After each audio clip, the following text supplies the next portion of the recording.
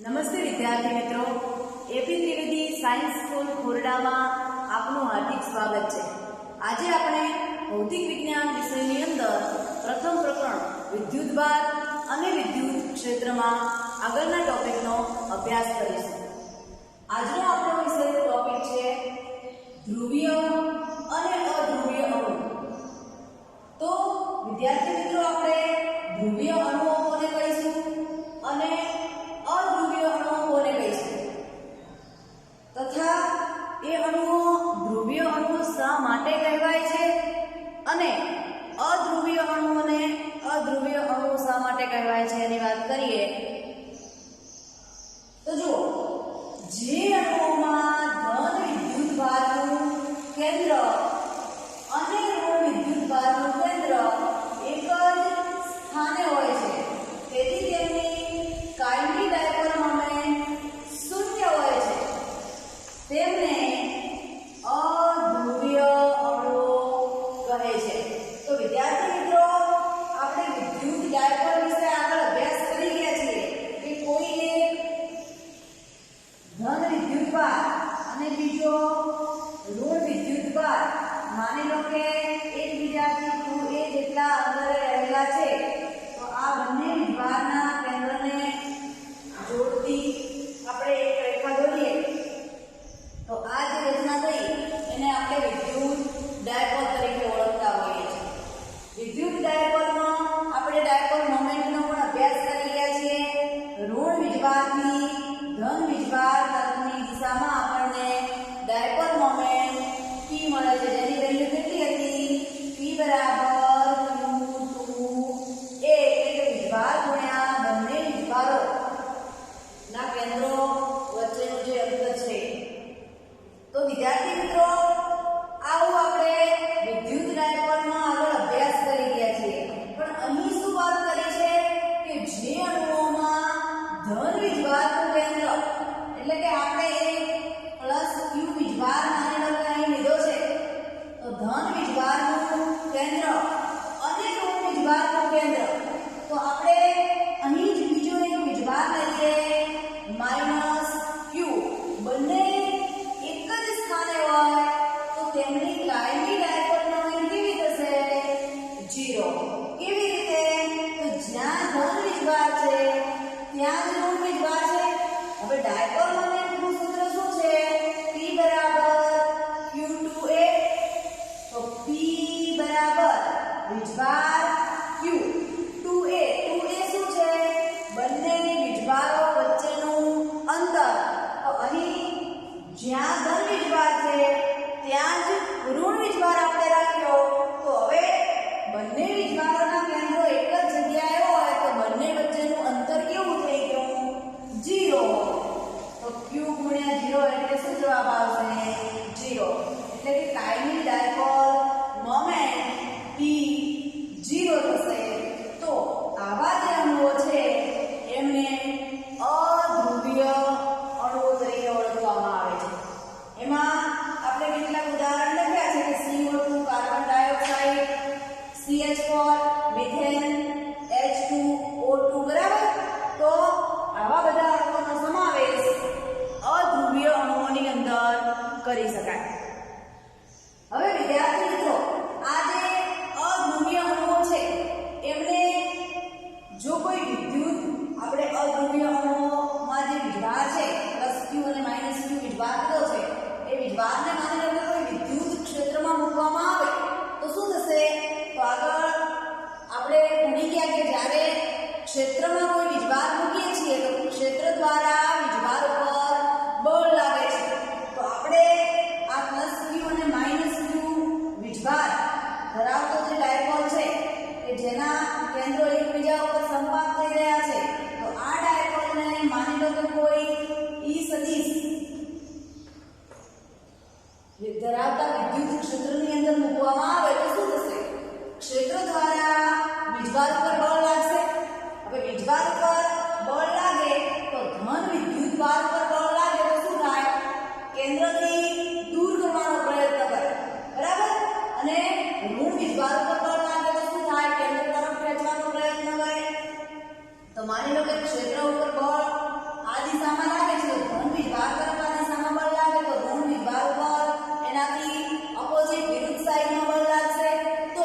બંને વીજભારોના કેન્દ્રો એકબીજાથી શું થશે? ધીમે ધીમે દૂર થશે. અને બંને વીજભારના કેન્દ્રો જો એકબીજાથી ધીમે ધીમે દૂર જાય તો પછી બંને વચ્ચેનું કંઈક ડિસ્ટન્સ આપણને મળશે, એટલે કે આપણને કંઈક વિદ્યુત ડાયપોલ મોમેન્ટ મળશે. બરાબર? પણ એવું ક્યારે બને છે? જ્યારે ડાયપોલ ક્ષેત્રમાં મૂકવામાં આવે છે ત્યારે. ચલો આગળ જોઈએ આપણે ધ્રુવીય અણુઓ. તો જે અણુઓના ધન અને ઋણ વીજભારોના કેન્દ્રો એકબીજા પર સંપાત કરતા નથી. હમણાં જે આપણે વાત કરી એ પ્રમાણે કે માની લો કે તમે પ્લસ ક્યુ વીજભાર અહીં લો છો, માઇનસ ક્યુ વીજભાર અહીં લો છો, તો બંને વીજભારોના કેન્દ્રો તમે જોઈ શકો છો એકબીજા ઉપર સંપાત કરતા નથી, એકબીજાથી અલગ અલગ છે. બરાબર? એકબીજા ઉપર સંપાત કરતા નથી એટલે કે એકબીજાથી અલગ અલગ હોય છે. તો અહીં આપણને બંને વીજભારો વચ્ચે કંઈક ડિસ્ટન્સ મળે છે, તો તેઓ કાયમી વિદ્યુત ડાયપોલ મોમેન્ટ ધરાવતા હોય છે. એટલે કે આપણને p ની વેલ્યુ q, હવે જો અહીંયા 2a ડિસ્ટન્સ હોય તો q2a મળશે, એટલે કે તેઓ કાયમી વિદ્યુત ડાયપોલ મોમેન્ટ ધરાવતા હોય. તો આવા જે અણુઓ છે એમને ધ્રુવીય અણુઓ કહેવામાં આવે છે. એમાં HCl હાઇડ્રોક્લોરિક અને H2O બરાબર પાણીના અણુઓ જે છે એમનો ધ્રુવીય અણુઓની અંદર સમાવેશ કરી શકાય.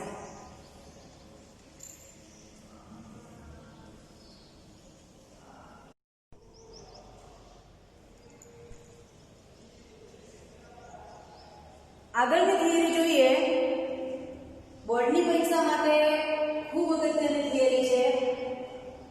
ટોર્ક વિશે આપણે વાત કરવાની છે. ટોર્ક ક્યારે ઉદ્ભવે? તો હમણાં વાત કરી હતી કે જ્યારે કોઈ વિદ્યુત ક્ષેત્રની અંદર વીજભારને મૂકવામાં આવે છે ત્યારે શું થાય? તો ક્ષેત્ર દ્વારા વીજભાર ઉપર બળ લાગશે. તો આપણે આગળ વિદ્યુત ડાયપોલ વિશે ભણી ગયા. ડાયપોલ વિશે બે અગત્યની થિયરીનો અભ્યાસ કર્યો. ડાયપોલની અક્ષ ઉપર ઉદ્ભવતું વિદ્યુત ક્ષેત્ર અને એની વિષુવવૃત્ત રેખા પરના બિંદુએ ઉદ્ભવતું વિદ્યુત ક્ષેત્ર. તો બંને પરિસ્થિતિમાં આપણે શું વાત કરતા હતા કે કોઈ એક જ રેખાની અંદર જ્યારે બે સમાન પ્રકારના, સમાન મૂલ્યના અને વિરુદ્ધ દિશામાં બળો ઉત્પન્ન થાય છે ત્યારે એકબીજાની અસર નાબૂદ કરી દે. બરાબર? પરંતુ અહીં જે વાત કરવાની છે એનાથી થોડીક અલગ છે કે જ્યારે આપણે એક જ રેખા ઉપર ન હોય એવા અથવા તો જુદા જુદા બે બિંદુએ સમાન મૂલ્યના અને વિરુદ્ધ દિશામાં બળ ઉત્પન્ન થાય છે ત્યારે કુલ બળ તો 0 થાય છે, પરંતુ ટોર્ક ઉદ્ભવે છે. એની ચર્ચા આપણે આ થિયરીની અંદર કરવાની છે. બોર્ડની પરીક્ષા માટે 3 ગુણમાં પૂછાયો ખાસ અગત્યનો પ્રશ્ન છે. બરાબર? તો આપણે જોઈએ સમાન બાહ્ય ક્ષેત્રમાં મૂકેલ ડાયપોલ. તો પરીક્ષામાં પ્રશ્ન એવો પૂછાય છે કે સમાન વિદ્યુત ક્ષેત્રની અંદર વિદ્યુત ડાયપોલ મૂકવામાં આવે તો ઉદ્ભવતા ટોર્કનું સમીકરણ તારવો. બરાબર? સમાન વિદ્યુત ક્ષેત્ર, વિદ્યાર્થી મિત્રો ખાસ ધ્યાન રાખજો, સમાન પ્રકારનું વિદ્યુત ક્ષેત્ર હોવું ખૂબ જ જરૂરી છે. જો વિદ્યુત ક્ષેત્ર અસમાન હશે તો આપણને કંઈક આનાથી અલગ સમીકરણ મળશે. તો સમાન વિદ્યુત ક્ષેત્રની અંદર જ્યારે કોઈ વિદ્યુત ડાયપોલને મૂકવામાં આવે છે ત્યારે ઉદ્ભવતા ટોર્કનું સમીકરણ આપણે તારવવાનું છે. તો આકૃતિની અંદર જોઈ શકો છો તમે E સદિશ. આપણે અહીં E સદિશ સમાન વિદ્યુત ક્ષેત્ર દર્શાવે છે. બરાબર? E સદિશ જેટલું સમાન વિદ્યુત ક્ષેત્રની અંદર આપણે એક ડાયપોલ મૂક્યો છે. ડાયપોલને તમે જોઈ શકો છો. ડાયપોલના બંને વીજભારના મૂલ્યો +q અને -q છે. ડાયપોલનું કેન્દ્ર O, કેન્દ્ર O થી +q વીજભાર સુધીનું અંતર છે a, અને કેન્દ્ર O થી -q સુધીના વીજભારનું અંતર પણ છે બંને વીજભારો પ્લસ ક્યુ અને માઇનસ ક્યુ વચ્ચેનું અંતર થશે 2a. તો આકૃતિમાં દર્શાવ્યા પ્રમાણે એક કાયમી વિદ્યુત ડાયપોલ પર પ્લસ ક્યુ અને માઇનસ ક્યુ વિદ્યુતભાર છે. તેથી ડાયપોલ મોમેન્ટ p સદિશ. વિદ્યાર્થી મિત્રો, ડાયપોલ મોમેન્ટ આપણે આગળ ભણી ગયા છીએ. ડાયપોલ મોમેન્ટની દિશા કઈ હોય? ઋણ વીજભારથી ધન વીજભાર તરફની ડાયપોલ મોમેન્ટ p બરાબર q2a બરાબર. q એટલે વીજભાર અને 2a એટલે બંને વીજભારો વચ્ચેનું અંતર. q એટલે કે આપણે ખાલી એક જ વીજભાર લેવાનો છે. તો આકૃતિમાં આપણે એક કાયમી વિદ્યુત ડાયપોલ દર્શાવે છે જેના બે વીજભાર પ્લસ q અને માઇનસ q અને ડાયપોલ મોમેન્ટ p સદિશ જે છે એ થશે q2a. દિશા કઈ થશે ડાયપોલ મોમેન્ટની? ઋણ વીજભારથી ધન વીજભાર તરફની આ દિશા થશે. ખાસ ધ્યાન રાખજો, p સદિશની દિશા ઋણ વીજભારથી ધન વીજભાર તરફની. અને તેને બાહ્ય વિદ્યુત ક્ષેત્ર E સદિશની અંદર મૂકેલ છે બરાબર. સમાન વિદ્યુત ક્ષેત્ર E સદિશ ધરાવતા તંત્રની અંદર આપણે વિદ્યુત ડાયપોલને મૂક્યો છે. તો હમણાં કીધું એ પ્રમાણે ક્ષેત્ર દ્વારા બંને વીજભારો પર કંઈક બળ લાગશે. તો વિદ્યુત ક્ષેત્ર E સદિશનો પ્લસ q વિદ્યુતભાર પર લાગતું બળ આપણે દર્શાવી છે. જુઓ વિદ્યાર્થી મિત્રો, આગળ આપણે ભણી ગયા છીએ ક્ષેત્ર દ્વારા વીજભાર પર લાગતું બળ. ક્ષેત્ર માટે વીજભાર પર કેટલું બળ લાગે? તો F બરાબર QE બરાબર. સદિશ સ્વરૂપે લખીએ તો F સદિશ બરાબર QE સદિશ. ધ્યાન રાખજો ખાસ. એટલે કે F બરાબર QE જેટલું ક્ષેત્ર વડે વીજભાર Q પર બળ લાગશે. તો અહીં આપણે પ્લસ q વીજભારની વાત કરીએ તો પ્લસ q વીજભાર પર લાગતું બળ કેટલું લખ્યું છે?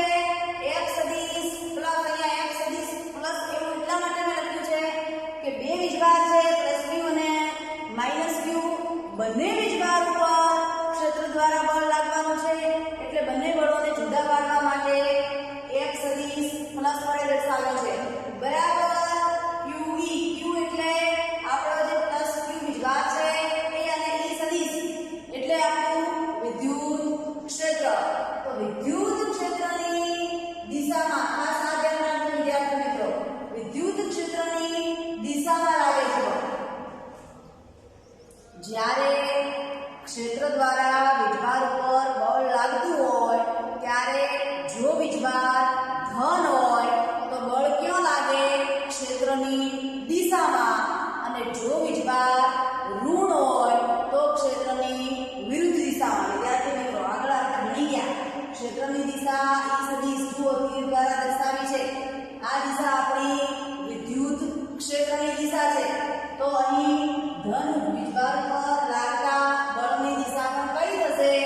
તો જે E સદિશની દિશા છે એ જ દિશા થશે. તો આપણે અહીં લખી છે તીર દ્વારા. તો આ જે દિશા થઈ એ કઈ દિશા હશે? તો આપણા F સદિશ પ્લસની દિશા. એટલે કે વિદ્યાર્થી મિત્રો, F સદિશ પ્લસ એટલે ધન વીજભાર પર લાગતા બળની દિશા એ વિદ્યુત ક્ષેત્રની દિશામાં હશે. અને માઇનસ q વીજભાર પર લાગતું બળ F સદિશ માઇનસ બરાબર માઇનસ QE સદિશ વિદ્યુત ક્ષેત્રની વિરુદ્ધ દિશામાં લાગે છે. ખાસ ધ્યાન રાખજો કે ઋણ વીજભાર જે છે માઇનસ q એના ઉપર લાગતું બળ તો મૂલ્ય કેટલું હશે? QE જેટલું છે. પણ આપણે સદિશ સ્વરૂપે લખીએ તો F સદિશ બરાબર શું થાય?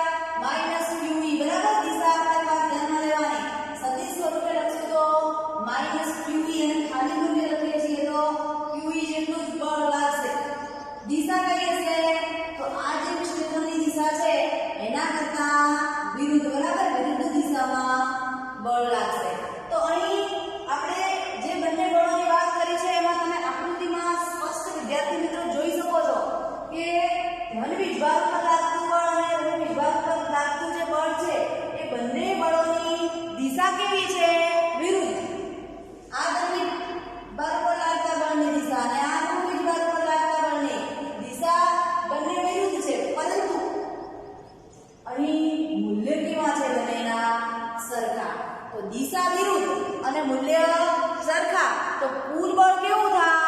0. પરંતુ અહીં બંને જે વીજભારો છે એ કેવા છે? જુદા જુદા સ્થાને છે. હવે જો બંને વીજભારો એક જ સ્થાને હોત, એક જ રેખાની અંદર હોત, તો શું થાત? બંને કુલ બળ 0 થઈ જોત. તો ત્યાં આપણે બંને બળોની અસર નાબૂદ થઈ જોત એવી વાત કરતા હતા. પરંતુ અહીં ડાયપોલ ઉપર લાગતું કુલ બળ આપણે F સદિશ લખીએ, કુલ બળ તો F સદિશ પ્લસ વત્તા F સદિશ માઈનસ, તો F સદિશ બરાબર ધન વીજભાર ઉપર લાગતું બળ QE સદિશ અને ઋણ વીજભાર ઉપર લાગતું બળ થશે માઈનસ QE સદિશ. કેમ? તો જે ધન વીજભાર ઉપર લાગતા બળની દિશા છે એના કરતા કેવી દિશા છે? ઓપોઝિટ, વિરુદ્ધ સાઈડ. તો માઈનસ QE બરાબર, તો પ્લસ QE માઈનસ QE કુલ શું થઈ જાય? 0. તો ડાયપોલ ઉપર લાગતું કુલ બળ F સદિશ 0 છે. બળ 0 છે બરાબર, ડાયપોલ ઉપર લાગતું કુલ બળ 0 છે, ખાસ ધ્યાન રાખજો. પરંતુ બંને બળો જુદા જુદા બિંદુએ હોવાથી ડાયપોલ ઉપર ટોર્ક લાગે છે. ખાસ ધ્યાન રાખજો. અહીં જો એક જ રેખા ઉપર માઈનસ Q અને પ્લસ Q વીજભાર હોય તો લાગતા બળો જે છે એ એકબીજાની અસર નાબૂદ કરી દો. તો એ સમયે ટોર્કની જે વાત છે આપણે હમણાં કરવાના છીએ બરાબર. પરંતુ એ સમયે આપણે ટોર્કની વાત નથી કરી. અક્ષ ઉપર અને વિષુવવૃત્ત રેખા ઉપર વિદ્યુત ડાયપોલના વિદ્યુત ક્ષેત્રનો સમીકરણો આપણે તારવ્યા હતા. એના કરતા આ કંઈક જુદું છે. બંને બિંદુઓ કેવા છે? જુદા જુદા. એકવાર આમ લાગે છે, બીજું આમ લાગે છે. એક જ રેખા ઉપર નથી, જુદા જુદા બિંદુએ જુદી જુદી રેખા ઉપર બંને બળો છે. સમાન મૂલ્યના અને વિરુદ્ધ દિશામાં બંને બળો લાગે છે. પરંતુ બંને બળો જુદા જુદા બિંદુએ હોવાથી ડાયપોલ ઉપર ટોર્ક લાગે છે. આપણે જે વાત કરવાની છે હવે આપણે ટોર્ક ઉપર આવી જઈએ તો બંને બળો જુદા જુદા બિંદુએ હોવાથી ડાયપોલ ઉપર ટોર્ક ઉદ્ભવે છે. તો ટોર્કનું મૂલ્ય એક બળનું મૂલ્ય ગુણ્યા બે બળો વચ્ચેનું લંબ અંતર. તો એક બળનું મૂલ્ય કેટલું થશે? એક બળનું મૂલ્ય QE, કોઈ પણ એક બળનું મૂલ્ય લઈ લો, QE ગુણ્યા બે બળો વચ્ચેનું લંબ અંતર. હવે વિદ્યાર્થી મિત્રો ખાસ અહીં ધ્યાન રાખજો. ટોર્ક ધન વીજભાર દ્વારા પણ ઉદ્ભવશે અને ઋણ વીજભાર દ્વારા પણ ઉદ્ભવશે. કેવી રીતે? તો હવે જો ખાસ સમજવાનું છે કે આપણા P સદિશ ડાયપોલ મોમેન્ટની આગલી દિશા. હવે અહીં ધન વીજભાર પર લાગતા બળની દિશા કઈ છે? QE, આ દિશા છે. હવે જ્યારે વિદ્યુત ક્ષેત્રમાં ડાયપોલને મૂક્યો છે તો કુલ બળ કેવું છે? 0. કુલ બળ 0 છે તો ડાયપોલ તમારો આ બાજુ કે આ બાજુ ખસવાનો નથી. ઉપર નીચે કે આગળ પાછળ ડાયપોલ ખસવાનો નથી. પરંતુ ડાયપોલના કેન્દ્રને અનુલક્ષીને ડાયપોલ ઉપર ટોર્ક લાગતું હોવાથી ડાયપોલના કેન્દ્રને અનુલક્ષીને ડાયપોલ ભ્રમણ કરશે. ભ્રમણ કરશે એટલે કઈ દિશામાં? જો કેન્દ્રને અનુલક્ષીને ડાયપોલ આ દિશામાં ભ્રમણ કરશે. આ દિશામાં ક્લોકવાઇઝ ડાયપોલ ધીમે ધીમે આ દિશામાં ભ્રમણ કરશે. કેમ? તો P સદિશ ડાયપોલ મોમેન્ટની દિશા કઈ છે? ઋણ વીજભારથી ધન વીજભાર તરફની. તો ડાયપોલ જે છે એ ભ્રમણ કઈ તરફ કરશે? તો ધીમે ધીમે ક્લોકવાઇઝ ભ્રમણ કરશે ઘડિયાળની દિશામાં. તો ઘડિયાળની દિશામાં ધીમે ધીમે ડાયપોલ ભ્રમણ કરશે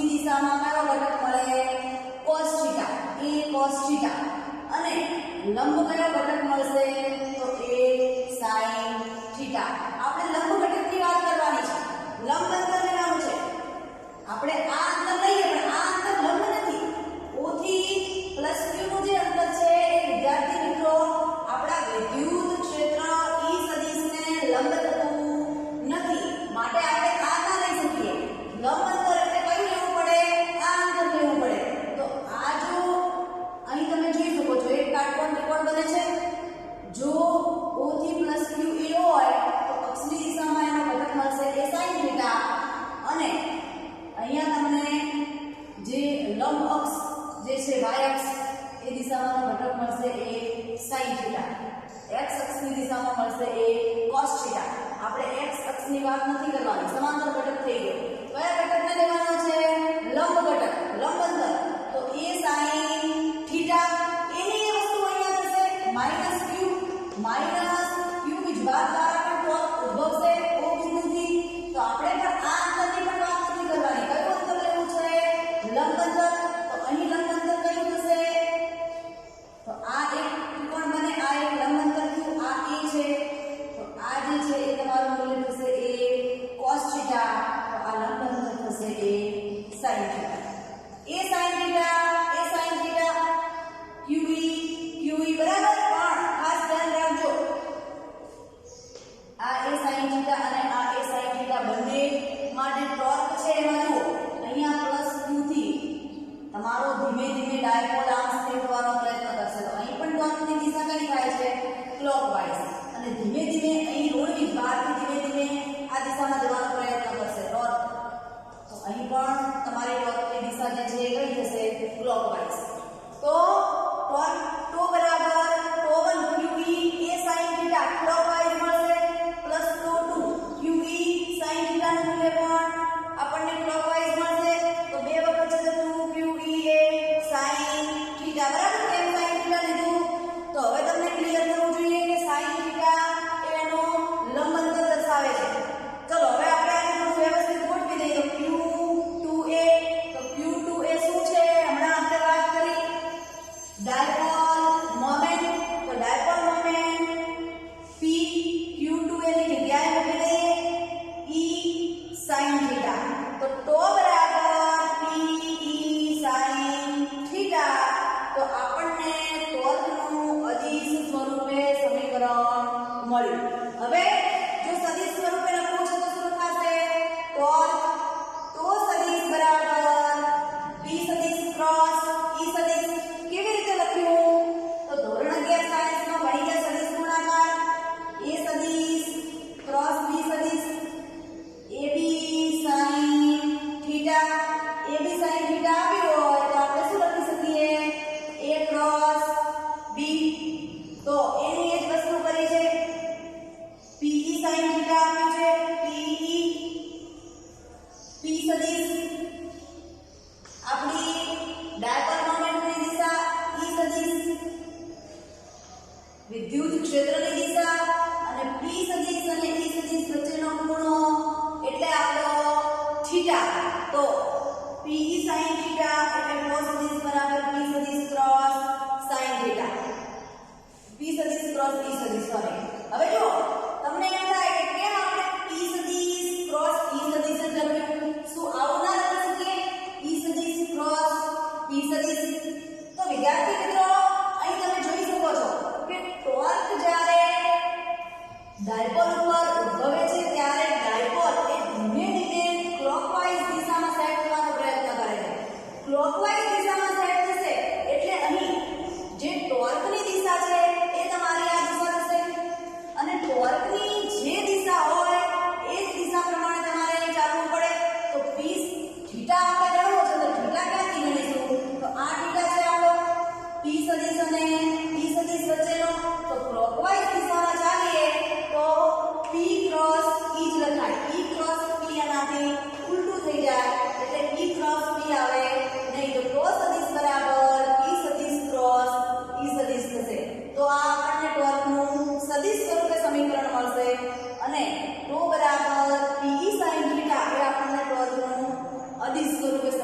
મળશે. હવે જુઓ ટોર્કનું મૂલ્ય p સદિશ અને e સદિશ ઉપર આધાર નથી રાખતો, કારણ કે p સદિશ એટલે ડાયપોલ મોમેન્ટ એ તો ફિક્સ છે, e સદિશ એટલે આપણું ક્ષેત્ર એ પણ ફિક્સ છે. અહીંયા અગત્યનો છે થીટા. થીટાના મૂલ્ય ઉપર ખાસ ટોર્કનો આધાર રહેલો છે. તો ટોર્ક ટો બરાબર p sin થીટા અને ટો સદિશ બરાબર p સદિશ ક્રોસ e સદિશ. એ બંને સમીકરણો ખાસ અગત્યના છે એક્ઝામ્પલ માટે, એમસીક્યુ માટે અને 3 ગુણમાં થિયરી પૂછાય તો પણ આપણે આ બંને સમીકરણો તારવવાના હોય છે. હવે આપણે વાત કરીએ વિદ્યાર્થી મિત્રો કે ટોર્ક મહત્તમ ક્યારે હોય. તો જુઓ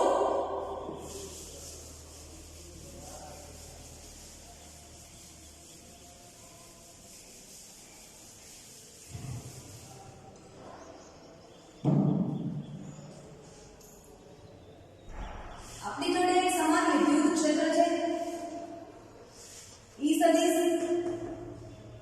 હવે આ E સદિશને લંબ દિશામાં જો કોઈ ડાયપોલ મૂકવામાં આવે તો +q -q વીજભાર, બંને વીજભારો વચ્ચેનું અંતર 2a. ડાયપોલ મોમેન્ટની દિશા કઈ થશે? ઋણ વીજભારથી ધન વીજભાર તરફની. તો અહીંયા આપણો થીટા કેટલો થશે? થીટા કેટલો થશે? તો થીટા થશે 90. તો જ્યારે વિદ્યુત ક્ષેત્ર અને p સદિશ એટલે કે આપણી ડાયપોલ મોમેન્ટ p સદિશ અને વિદ્યુત ક્ષેત્ર e સદિશ એકબીજાને લંબ થશે ત્યારે થીટા કેટલો થશે આપણો? 90. હવે જો થીટા 90 તો sin થીટા કેટલો? sin 90 ની વેલ્યુ કેટલી? 1.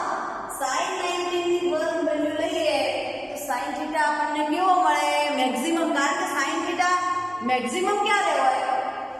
+1 અથવા -1 વેલ્યુ મળે ત્યારે. એટલે કે થીટા તમે જો 19 લો છો તો sin થીટા 19 તો sin 19 1 છે. sin 19 1 તો આપણું અહીંયા તો બરાબર pe sin થીટા. તો ટો બરાબર pe sin થીટા. થીટાની વેલ્યુ કેટલી? 90. sin 19 1 તો ટો બરાબર pe. તો ટોર્ક કેવું બનશે? મેક્સિમમ. ટોર્ક મેક્સિમમ, ટોર્ક મહત્તમ ક્યારે હશે? તો જ્યારે તમારી થીટાની વેલ્યુ 90 હશે ત્યારે. અથવા તો આપણે એવું કહી શકીએ કે જ્યારે વિદ્યુત ક્ષેત્ર અને ડાયપોલ મોમેન્ટ બંને એકબીજાને લંબ હોય, એટલે કે જ્યારે તમારો થીટા 90 થાય અથવા sin થીટા મહત્તમ બને ત્યારે ટોર્ક પણ કેવું બને છે? મહત્તમ.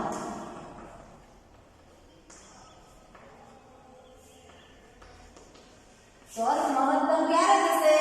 તો જ્યારે p સદિશ અને e સદિશ પરસ્પર એકબીજાને લંબ હશે ત્યારે. આપણે આનાથી ઊંધું ના વિચારી શકીએ. +q અને -q વિદ્યુતભારો જે છે એ +q ઉપર લીધો, -q નીચે લીધો, એનાથી આપણે વિરુદ્ધ સાઈડમાં લઈએ p સદિશ અને e સદિશને. માની લો કે સમાન વિદ્યુત ક્ષેત્ર e સદિશની અંદર આપણે કોઈ ડાયપોલ રાખ્યો છે -q +q. તો આપણે ડાયપોલ મોમેન્ટની દિશા થશે નીચેની તરફની. તો એ સમયે તમારે થીટા કેવી રીતે માપવાનો? તો e સદિશ આપણું વિદ્યુત ક્ષેત્ર તો અહીં છે, p સદિશ ડાયપોલ મોમેન્ટની દિશા થશે ઋણ વીજભારથી ધન વીજભાર તરફ નીચેની દિશામાં. તો એ સમયે તમારો થીટા કેટલો થશે? તો હંમેશા વિદ્યાર્થી મિત્રો થીટા અહીંથી મપાય. આટલો તમારો થીટા થશે. કેટલો થશે થીટા? 270. થીટા 270 લેશો તો sin થીટા તમારું sin 270. sin થીટા કેટલું થશે? -1. તો sin -1 હશે ત્યારે તો પણ તમને કેવું મળશે? તો pe એ સમયે પણ ટોર્ક કેવું હશે? મહત્તમ. તો જ્યારે થીટાની વેલ્યુ 90 અને 270 હશે ત્યારે sin થીટાની વેલ્યુ મેક્સિમમ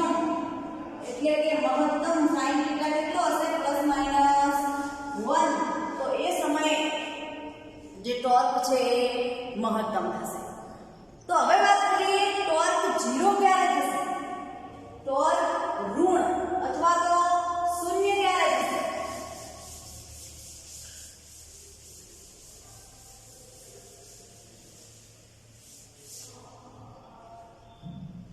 તો વિદ્યાર્થી મિત્રો, સમાન વિદ્યુત ક્ષેત્ર E સદિશની અંદર જ્યારે ડાયપોલને આપણે આ રીતે ગોઠવીશું -q + q, યાદ રાખજો બરાબર.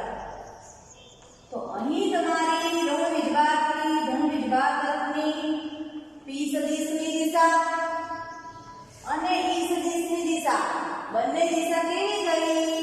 સરખી. બંને દિશા સરખી થઈ તો થીટા તમારો કેટલો થયો? 0. કેમ થીટા 0 થયો? તો થીટા એ શું છે? તો P સદિશ અને E સદિશ વચ્ચેનો ખૂણો, બરાબર? થીટા આપણો P સદિશ અને E સદિશ વચ્ચેનો ખૂણો છે.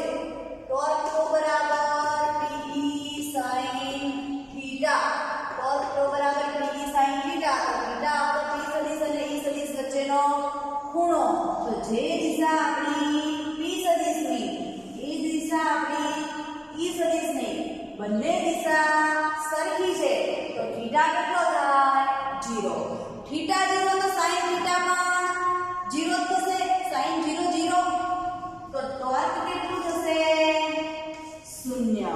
તો ટોર્ક 0 અથવા ન્યૂનતમ ક્યારે બનશે? તો જ્યારે થીટાની વેલ્યુ 0 થશે ત્યારે. એટલે કે E સદિશની દિશામાં ડાયપોલ મોમેન્ટ P સદિશની દિશા થશે ત્યારે ટોર્ક આપણું કેવું થશે? 0. હવે માની લો કે આનાથી વિરુદ્ધ ઉલટું લઈએ તો +q વિજભાર અહીં હશે અને -q વિજભાર અહીં હશે તો આપણી P સદિશની દિશા કેવી રહેશે? ઋણ વિજભારથી ધન વિજભાર એટલે આ તરફની. તો અહીં તમારી E સદિશની અને P સદિશની દિશા કેવી છે? એકબીજાને પ્રતિ સમાંતર વિરુદ્ધ દિશા. પરંતુ આ પરિસ્થિતિમાં પણ થીટા કેવો થશે? 0. તો ટોર્ક કેવું હશે? 0. એટલે કે ટોર્ક કેવું હશે? ન્યૂનતમ. એટલે કે થીટા તમારો હશે 180, બરાબર? થીટા 180. કેમ થીટા 180? તો આપણે અહીંથી વિદ્યુત ક્ષેત્રની દિશાથી ગણવાનું. તો થીટા તમારો જે છે 180 થશે પણ sin 180 ની વેલ્યુ પણ કેવી છે? 0, બરાબર? sin 180 એટલે કે sin pi ની વેલ્યુ કેવી છે? sin pi 0. તો ટોર્ક પણ કેવું થશે? 0. કેમ આવું બને છે? કેમ આવું બને છે? શા માટે ટોર્ક 0 થાય છે? તો જુઓ, અહીં આપણે અક્ષવાળા સમીકરણમાં જે વાત કરી છે ને વિદ્યુત ડાયપોલના, એની એ જ વસ્તુ થઈ. ધન વિજભારથી લાગતા બળની દિશા કેન્દ્રથી બહારની તરફની, ઋણ વિજભાર દ્વારા લાગતા બળની દિશા એ કેન્દ્ર તરફની. બંને દિશા બળની કેવી થઈ? વિરુદ્ધ. બંને બળો કેવા લાગે? સરખા મૂલ્યના અને વિરુદ્ધ દિશામાં બે બળો લાગે છે ત્યારે કુલ બળ કેવું થઈ જાય? 0. પરંતુ એક જ રેખા ઉપર છે તો એક જ રેખા ઉપર છે તો શું કરશે? કેન્દ્ર ડાયપોલના કેન્દ્ર O માંથી બંને દિશામાં ખેંચશે ડાયપોલને, પણ ડાયપોલ ભ્રમણ કરશે નહીં. એ સ્થિતિમાં ભ્રમણ થતું નથી તો કુલ ટોર્ક કેવું હોય છે? 0. ડાયપોલ ત્યાં જ રહે છે, ભ્રમણ નથી કરી શકતો, સ્થાન નથી બદલી શકતો. અહીં આ સ્થિતિમાં ટોર્ક કેવું હોય છે? મેક્સિમમ. જ્યારે ડાયપોલને આપણે આવી સ્થિતિમાં પ્રતિ સમાંતર ઘટકો લઈએ, E સદિશ અને P સદિશ બંને એકબીજાને પ્રતિ સમાંતર હોય એટલે કે થીટા આપણો 180 હોય તો શું થાય? બંને બળો અંદરની દિશામાં લાગે. Q પ્લસ વિજભાર દ્વારા લાગતા બળની દિશા જે હશે એ અંદર તરફની, -q ના બળની દિશા પણ અંદર તરફની. ડાયપોલ અંદર તરફ ખેંચાયેલો રહેશે. તો એ સમયમાં ડાયપોલ ભ્રમણ કરતો નથી, એટલે કે અહીંયા ટોર્ક ઉદ્ભવતું નથી, ટોર્ક 0 થઈ જાય છે. તો વિદ્યાર્થી મિત્રો એમસીક્યુ માટે આ ખાસ અગત્યના પ્રશ્નો છે કે ટોર્ક મહત્તમ ક્યારે થાય છે? તો E સદિશ અને P સદિશ બંને ઘટકો પરસ્પર એકબીજાને લંબ થાય છે ત્યારે ટોર્ક મહત્તમ બને છે. અને ટોર્ક શૂન્ય અથવા ન્યૂનતમ ક્યારે થાય છે? તો E સદિશ અને P સદિશ બંને ઘટકો એકબીજાને સમાંતર અથવા પ્રતિ સમાંતર બને છે ત્યારે ટોર્ક શૂન્ય અથવા ન્યૂનતમ બને છે એવું આપણે કહી શકીએ. Thank you.